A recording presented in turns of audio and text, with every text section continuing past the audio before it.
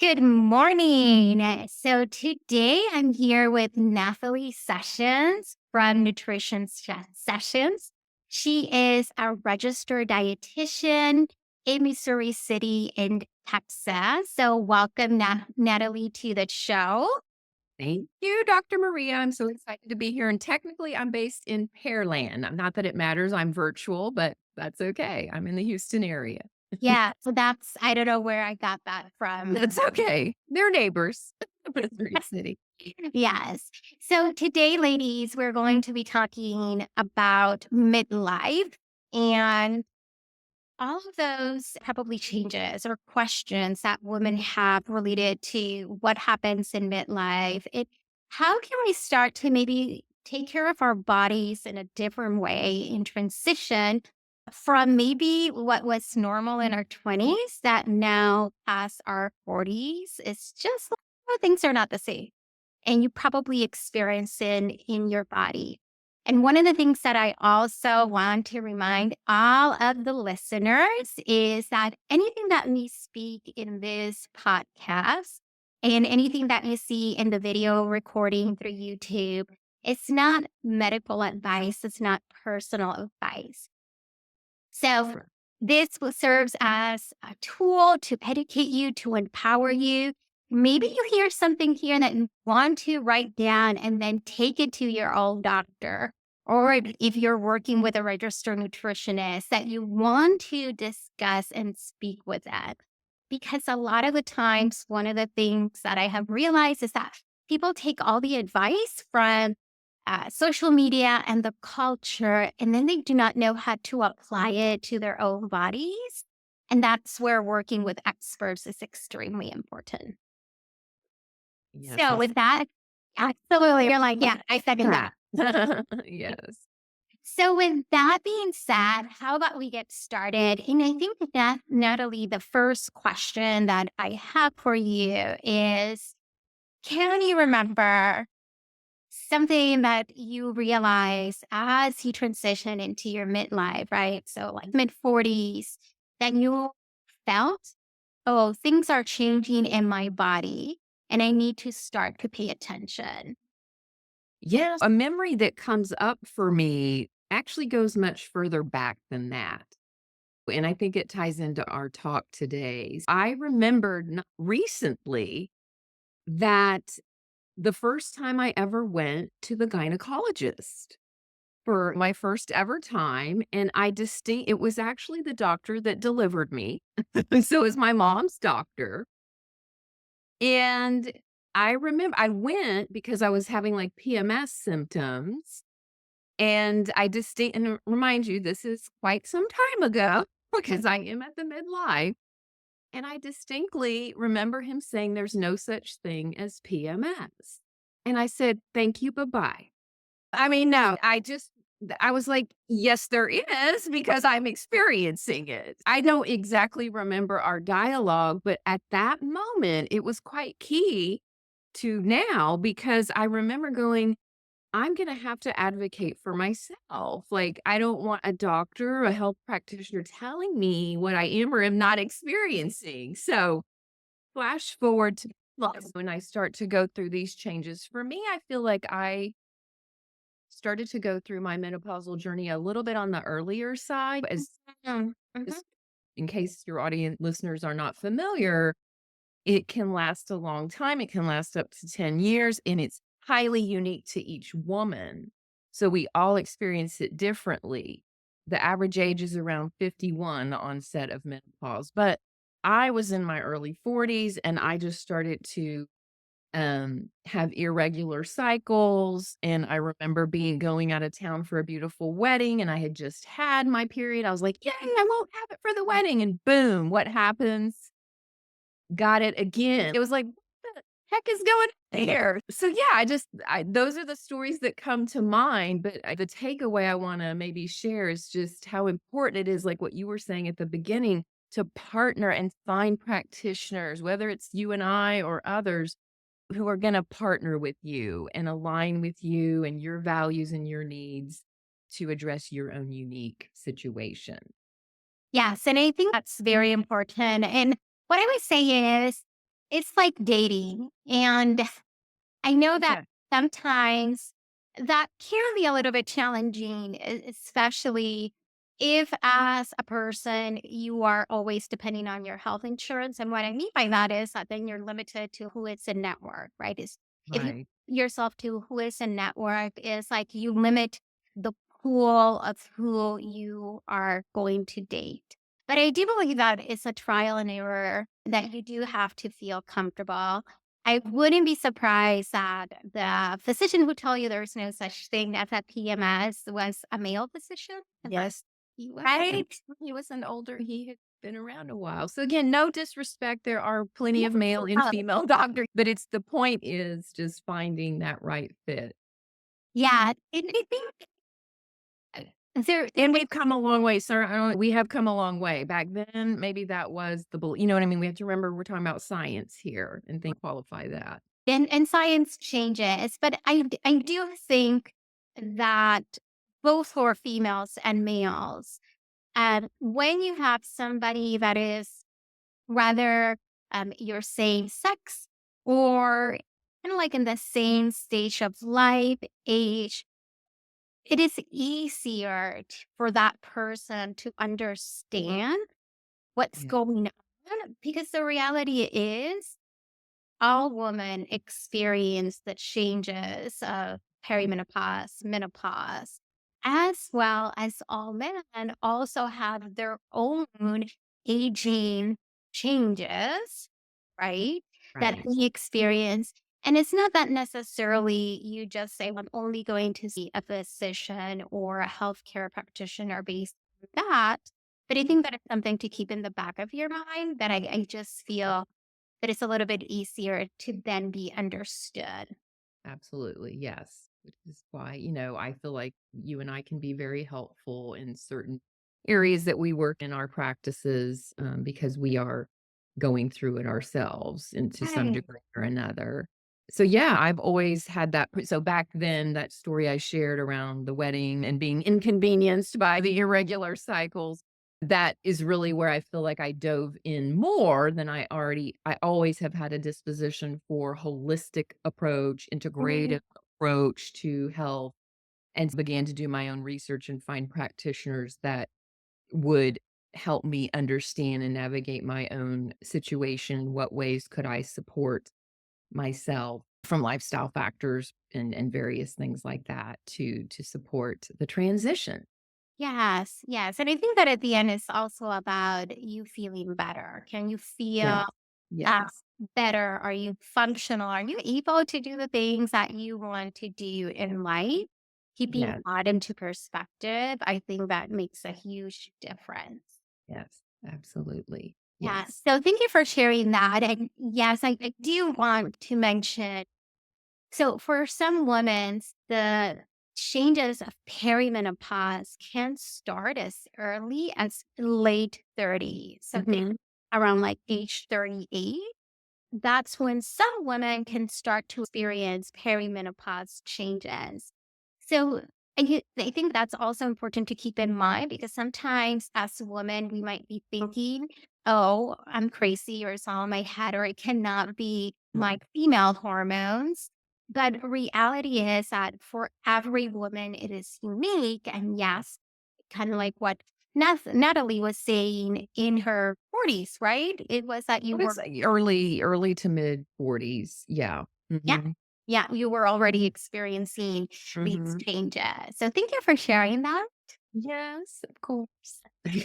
So let's talk a little bit about so the things that I hear from my patients the most often when it comes to changes, and I'm not going to say hormones because there's a lot of hormones in the body. I'm Mhm. going to say the changes that start to happen with the reproductive or those female hormones. That Right. one of the things that they do is, yes, they control our cycle, but they affect other things in our bodies. So, one of them, Natalie, is the changes in their body in terms of body composition, weight Mhm. gain, or what can be more weight around the mid level, right? Yes. The belly Yes. to the hips. Yes. Absolutely. Yeah. Yeah. So tell me, what is your experience with that? Yeah, so definitely that is a top complaint that I get as well, and so it's important to note that you're not crazy, you're not imagining things, you may be living a very healthy lifestyle, but yes, things change, it is a progression. I wanna first say menopausal journey, it is not a disease, it is a transition. It's like puberty is a transition, and then this is a midlife transition. So we all will go through it, we experience it differently, and it's influenced by a lot of things. But yes, the body composition changes are frustrating, right? But another way that I learned recently to reframe it is to think it's kind of your body's way of trying to support the body, even though it presents in a very frustrating way. But what happens that these shifts that are going on trigger an increased rate of fat storage. So, hormones are a part of that, and then also on top of that, with the lower estrogen and again, other factors, there's also a decreased muscle mass. There are definitely body composition changes going on. So, anyone experiencing that, you're not alone. It's very common. And I just want to provide more background here so you're educated about what exactly is going on in your body. So, the other thing that's happening is that with that decreased estrogen, another effect is that it affects your hunger regulation, your hunger appetite regulating systems in your body. That may cause you to have more cravings for sugary things and stuff so it's kind of like this cycle. There's a lot going on, or more high calorie food you might find you might be craving or desiring, not necessarily a craving, but maybe desiring more higher calorie, higher, forms of food like that. And then here too, again, a number of things can go on. We won't necessarily all experience this, but I'm sure you see with your patients, maybe then there could be some insulin resistant issues that pop up. Blood glucose regulation can be affected, of course, by all of that. Just to kind of give you a little bit of a snapshot, that is some of what is going on, along with other potentially uncomfortable symptoms. That are happening. So I hope that helps Yes. frame it a Yeah. little. Yes. And I think that you hit like what I want to call the essential, Mhm. which is because of estrogen decline, primarily that's what drives one of the insulin resistance. Mhm. Yes, estrogen decline can make you crave more sweetie and even I'm going to say refined green. So you might be Mhm. wanting muffins, cookies, and not necessarily like a dessert or like ice cream, Right. but Right. those other Right. type. I almost could be comfort foods, if you will. Yes, yeah, And I think part of it is because too, with we have a lot of women experience fatigue and lower energy, and it's gonna the bodies in those situations, whether it's in menopause or outside of that, it's looking for energy. And so we get that mostly from our carbohydrate, you yes. know.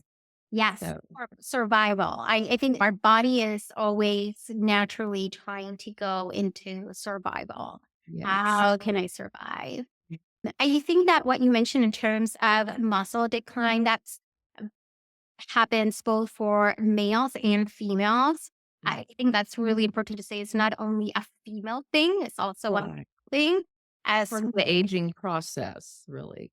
right, part of the aging process.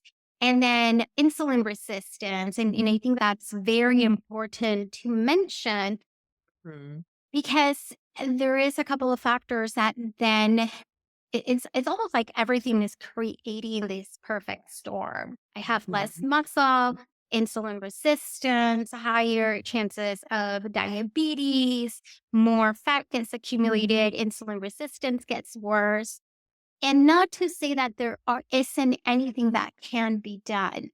I think Right. that one of the things that I really want the ladies to hear is that Mhm. not everybody develops diabetes. Not Oh, everybody it's going to experience a heart attack in their right, 50s or right. 60s. Yeah. So when you're talking, and I know that you are a registered dietitian, but when we think about, okay, these are changes that are happening in your body, as you mentioned, just with puberty, Mhm. and you Mhm. have to adjust. And Yes. once you hit puberty, life starts to look different, right? And you Yes. start Yes. planning different. And now you have your cycle that this type of things and you experience. So, what are the things that once woman starts to experience this other change in their life? And I think that was it's very, I tell my patients, what you need to think about is women experience a lot of different cycles in their life. So, like puberty, getting pregnant also changes your Mhm. body. And then this last transition. When you think of this last transition, what are things that you might tell your patients, your clients from your perspective? Hey, maybe during puberty, this was healthy. Maybe during pregnancy, this is what we did to take care of our bodies. And now these are things that we need to do to take care of our bodies. Right. I mean, it's so important to say I know you and I both take a highly personalized approach in our work, meaning that we're not just, it's not a one size fits all because of the unique journey we're each on. So that's where I come first in taking that holistic approach, looking at where are you, if you're my client, where are you now compared to where you want to be in terms of your overall health and well being? And what are the things that are stopping you from getting there? So we really look at the root cause, trying to get to the root cause Mhm. and seeing what influences there were. And yes, what we did before isn't going to always work. And that's okay. That means we just adjust it, we reassess it, we go with the flow of what is going to work now. And we're always, looking at how to make progress, find success there with meeting your goals. And it's really a continual process. Health and wellness is not a straight path. It is, we are there to help you find the most efficient roadmap, provide you with that roadmap so you don't have to spin in circles. But yes, that's kind of the big picture of the approach I take, and that we look specifically, what is the most, frustrating, or what could be the easiest thing that you could change right now? What are some small adjustments you could make, whether it be in your eating or in the type or frequency of physical activity you're doing, or all of that? So I hope that makes sense and answers your question. But we first want to know, where are you? Where do you want to be, and map it out small step by small step. Yes, I completely agree that we should be doing like one change at a time. Yeah.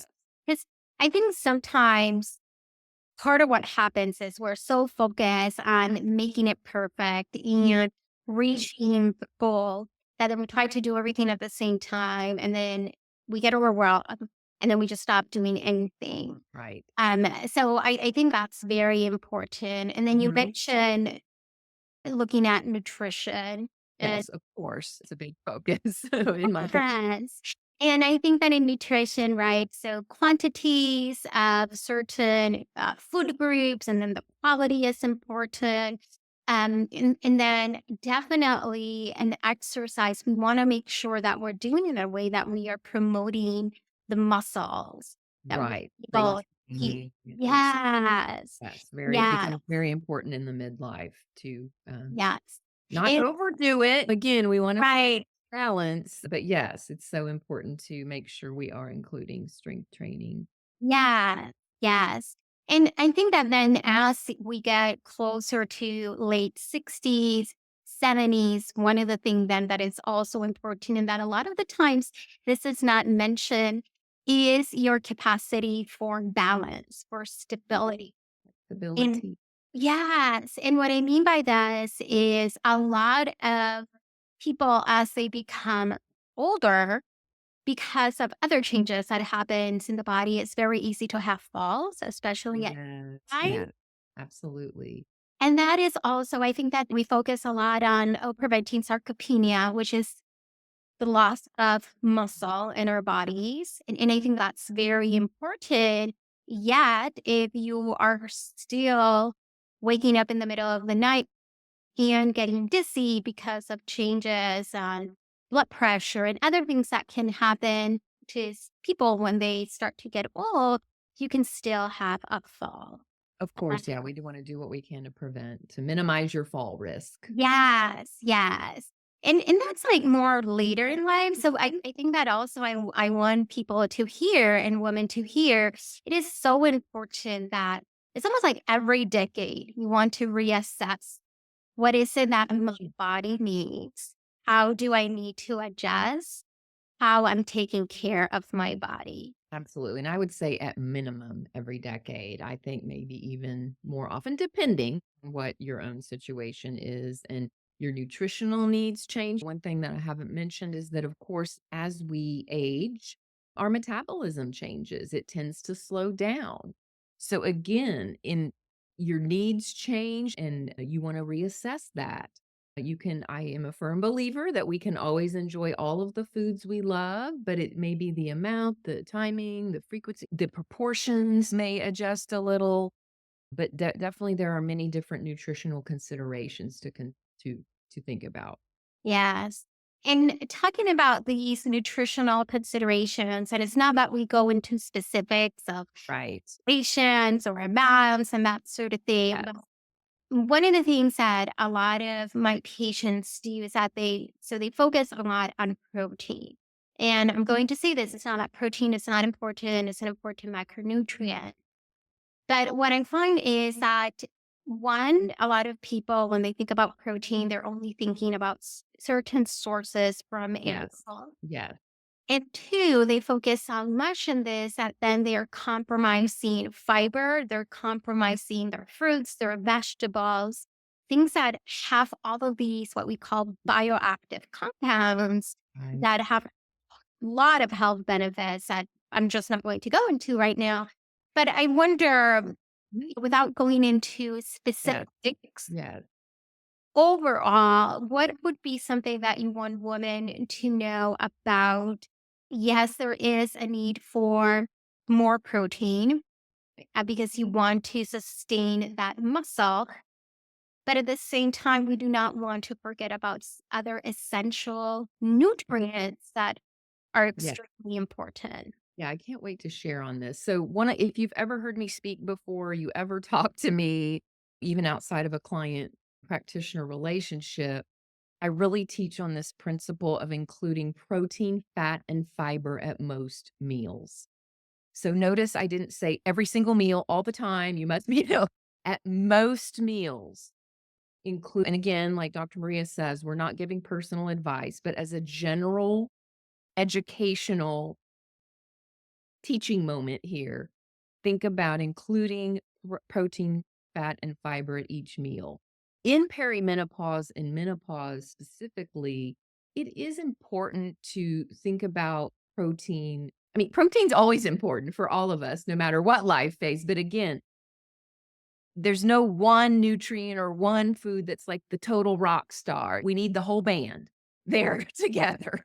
So I never thought of that. That just came to me. I love good analogies. But so protein is important and we don't have to just get it from animal protein. Certainly that is a source, but there's many benefits again, which we won't necessarily go into today around plant-based eating, incorporating more plant-based proteins and in particular, I know this is a confusing topic, but there's some great evidence around including wholesome sources of soy for their phytoestrogens. For these can help reduce symptoms like for hot flashes. We see some good evidence there.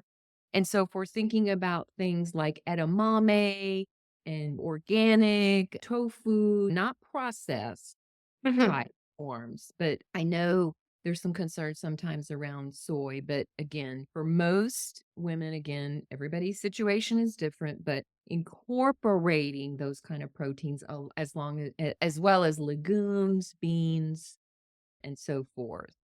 And I totally 100% support what you're saying about fiber because it helps to manage if we're excluding or we're focusing too much on protein or too much on fat, we're missing out on those really fiber rich carbohydrates and fiber. Just as a reminder, is good for helping with cholesterol management, for helping your blood sugar management, especially when it's paired.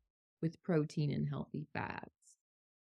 And then we want to think about calcium, rich foods for our bone health, as you mentioned, to support bone health, muscle function, overall health. That's a really important. But again, it doesn't mean we rush out and start taking gobs of calcium supplements. We want to be careful there. We want to strike that balance. We want to see if we can get it from food first, in my opinion. And then omega-3, I think, is the fat that I'd like to mention that can be, that we know is very beneficial for our heart health and inflammation. So it's worth noting that menopause is an inflammatory process, which also is going to contribute to some of what we were talking about earlier. So overall, thinking about the lowering inflammation in the body, lowering that inflammation that's going on at the more cellular level. So I hope that helps paint a general picture of the approach to your nutrition. Yes, and I really love that you said we need the entire kind of like musical instruments or Yeah, the band orchestra, for the orchestra to for it to sound good, right? For it yes, to yes, when you're going to put this if you're going to put this wonderful show, you need everybody yes, there, right? yes. And I want you to think of so the director of the band, I think that in this case is you. Meaning the woman, the individual. Yes. Yes, Yeah. to empower Yeah. yourself in that role. Yes. Yes. Yes. So think about, what that means and how that can look. And Mhm. maybe to get to that place where you feel very in power and very confident in your capacity to put the orchestra. Yeah. I love that. We're The onto something here. We just came up with a cool Yeah, yeah, but I love the analogy.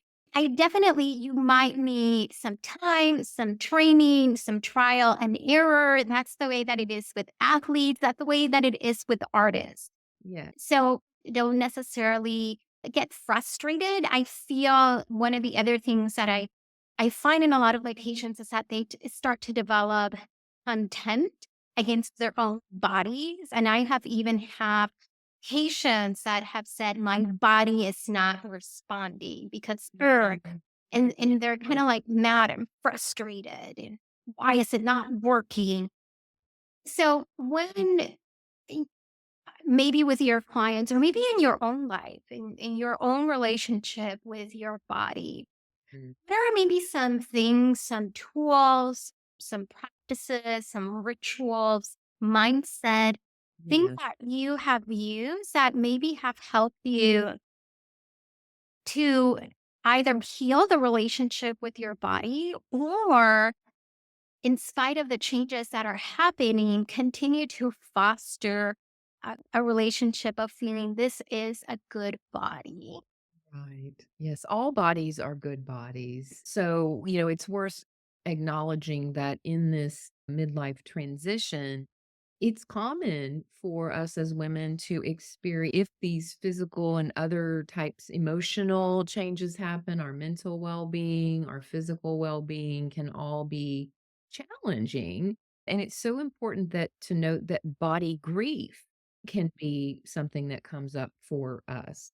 And maybe just knowing that when meeting yourself where you are, showing yourself some grace. And the idea here that's coming up for me to share is around just looking at your overall self care. I know that's a very trending term right now, but it's really about that holistic approach we're talking about, looking at all the pieces of the puzzle, the nutrition, the physical activities we've touched on. And then we haven't really talked about like sleep and stress management. Those are very key as well. And just overall, what are we doing to nourish all those aspects, our mental well-being? They're all connected. So many times what we do for one aspect is going to benefit the other aspect. I think it's really important, and something that helps me a lot is to prioritize a routine of some sort. Whether it's Mm. a morning routine, I have what I call for me a moment of zen. Whether I'm at home or I'm somewhere else, when I first wake up in the morning, I have some water and I go have a moment of zen. Whatever that might, even if it's 5 minutes. So oftentimes I'm reading like an affirmation or an inspirational quote. I have a particular thing I say, a mantra, if you will, that I repeat to myself every day. And sometimes it includes some yoga, or it depends how much time I have. And then on the opposite end, at the end of the day, really encourage prioritizing sleep. If we are not getting enough sleep, which I know can be disrupted because of all the changes going on, but if we're doing things to address that, have a winding down routine. It may look different season to season or day to day even, but giving yourself some time to transition from your day, your busy day, whatever's going on, in promoting a very ACEs like sleep routine. So I'm happy to expand on that, but those are, again, trying to build a framework, help women. Something we do in my practice is we do a self-care assessment. So we look at where are you now? And then we see, okay, you're doing really well here. Great. We want to maintain that. But what's really jumping out? You need more sleep, or we need to prioritize incorporating more activity, whatever it might be. So, like you said earlier, not feeling like you have to tackle all these things all at once, but where could you get some quick wins? Where could you do some things to really help you take some steps forward? Yeah. I love that you mentioned it's developing almost like two different rituals. One in the morning that helps sets the tone for the day, the tone for your body, from your mindset. Probably it also helps your nervous system be a little bit more regulated. And then this other ritual that is preparing you for sleep, for nighttime, and you said to wind down without using the wine. I wanna say that without Right. using yeah, we want to Oh, help out. wine, yes, that Yes, wine. yes, without using the wine, whether it's white or a red, Good, yeah. at nighttime, and we can talk about that in another episode, but it is as we get older, we really want to reduce our use of alcohol, Mhm. especially if you wanna control the hot flashes. Yeah, absolutely. Alcohol definitely can contribute to that, and also, if you are experiencing hot flashes, really spicy food, can be an issue, a benefit. We love spices and herbs, we want to use them, but during this phase, if we're having too much spicy food, that can be a contributing factor to the hot flashes as well Yeah. as caffeine. Yes, yes, and I It's find too much. that yes, yeah, so I have already switched to decaf coffee, and if I'm going to have either Italian not Italian, Indian food or Thai food, I'm trying to have it almost like earlier during the day, like late Mhm. lunch, early dinner, or Yeah, in my lunch. Because if I the closer I have that to sleep time and to right. dinner time, then my night sweats, especially in my late luteal phase, that's when it hits hard and then I cannot sleep. And I'm like, I'm not doing it Mhm. again. I'm just Yeah, not you're doing in it. this cycle. Yeah, absolutely. Yeah. So So another ritual I have, speaking you mentioned I am obsessed with matcha, which is a ceremonial grade green tea and some real benefits, antioxidants and other things. And there's a particular one I really like, but I almost every afternoon have my matcha. So that it always puts me in a good mood. I like it. I like it. I like the matcha. So very quickly, I know that you also, besides doing nutrition, you're a strong believer in aromatherapy. Yeah, And when women start to have difficulties with sleep because of hormonal changes in their reproductive hormones, because they're having more anxiety, more stress, and it becomes this cycle. There's a lot of things that can be done, but I want you to specifically perhaps touch and address a couple of things that they could do with aromatherapy to sure. enhance their sleep, and not only the quantity, but the quality of the sleep. Yeah, certainly aromatherapy, which, in case anyone's not familiar, that's the effective use of pure essential oils for potential health benefits. And different essential oils have been studied more than others. We know there's a lot of good evidence around lavender. Of course, we hear a lot about that a lot for relaxation and so forth. Also bergamot. So some people maybe have an allergy to lavender or certain plants and flowers. And so bergamot's another one that can also be very relaxing, just to name a couple. But yeah, certainly as part of that winding down routine, we could have a diffuser with the pure essential oils, or even during the day and in your if you're able to at your workspace, if that's available to you.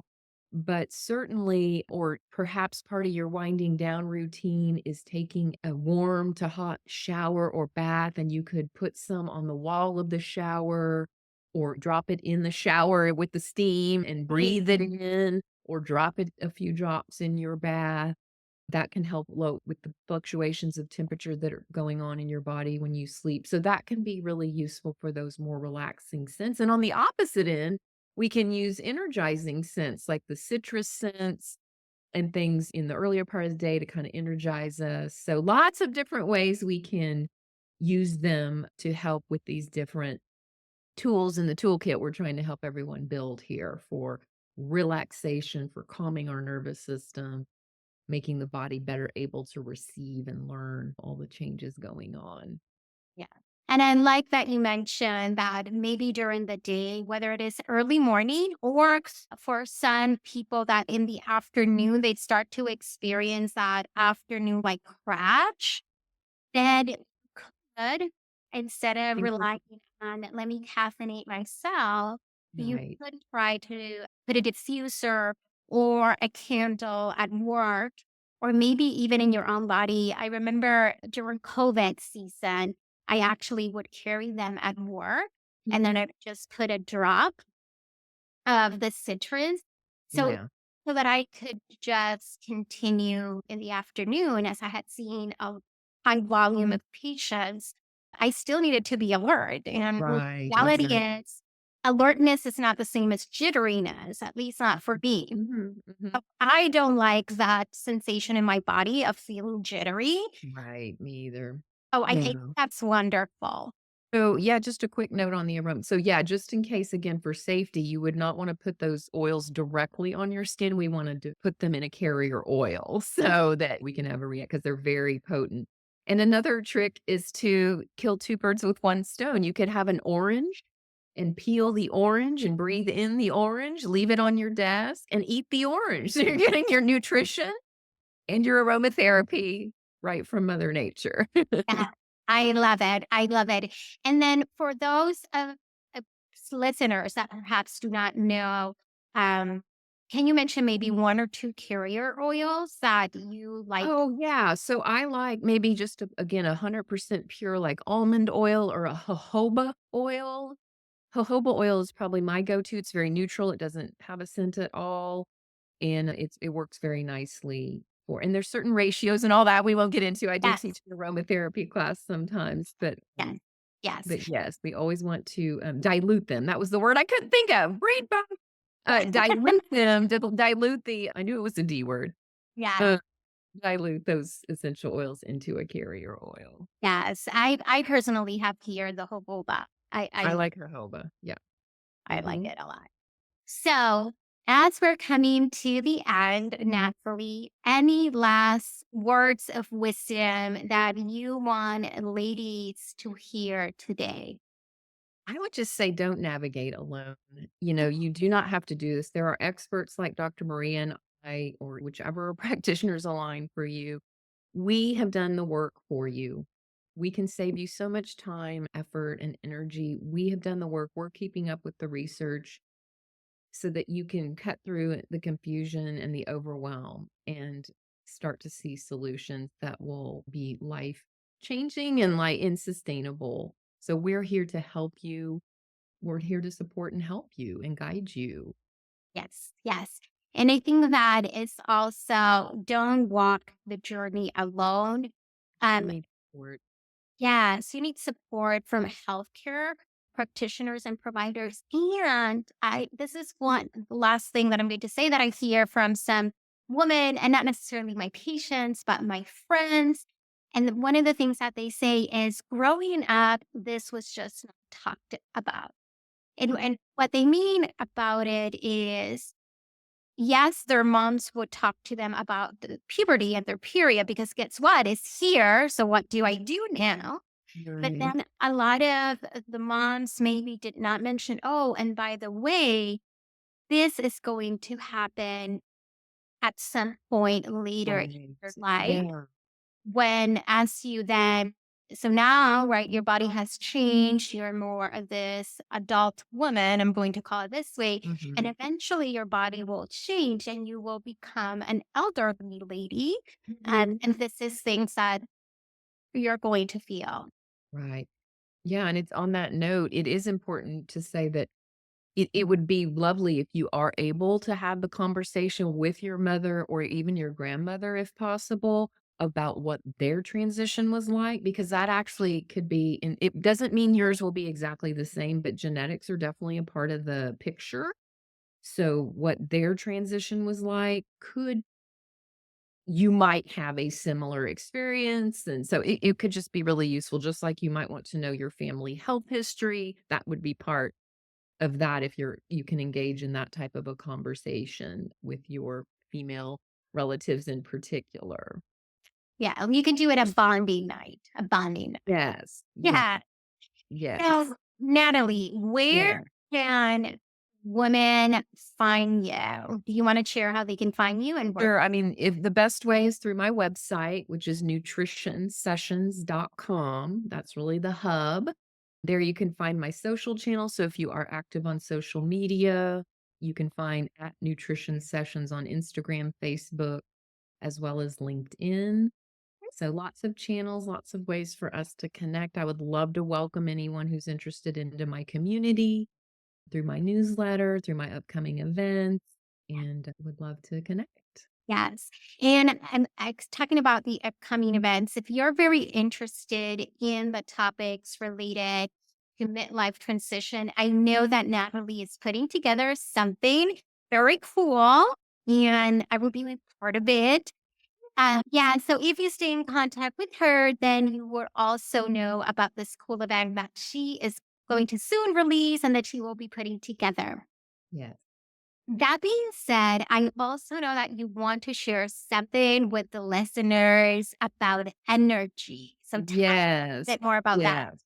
This is the number one thing I hear aside from the body composition changes that are going on. That I need more energy. I want more energy. And so there will be a link in the show notes to grab one of my guides, an e-guide around easy and delicious foods and explaining a little more and some recipes and things to help you boost your energy naturally.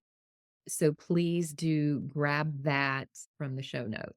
Yeah, yes, yes. And I would put also on the show notes her website, so that you also can go into her website. And then that would be also the best way if they want to schedule an appointment with you, right? Yeah, I always start with a complimentary strategy, what I call a strategy call. I am all about no pressure, no tactics. And so just a conversation to see if we're a good match, what's going on, or if I can point. I just want you to get the support you need, whether it's with me or someone else. So please consider me a resource to get the support because if we don't, we can have cumulative effects. I did want to share that. I know we're winding down, but if we don't address it, we just say, "Oh, I'm just gonna like just suffer through Let this." it be. Please don't. You may be putting yourself at higher risk later on that will be even more difficult to deal with. So get the support you need. We're here to help. Absolutely. Well, thank you, ladies. This, I know that has been a wonderful conversation. I have enjoyed a lot having Natalie here with me. I will put all the information in the show notes and remember to leave us a review if you're really enjoying the podcast. And finally, if you have any pressing questions or any pressing topics or somebody that you would like for me to bring into the show and talk a little bit more about a certain topic, I will also have my email where you can go directly to me. I don't have a VA. It comes directly to me, and then I will work on that because I am here to serve you. It was great having you here, Natalie. Until Thank next you, Well, Dr. Maria. It was a pleasure.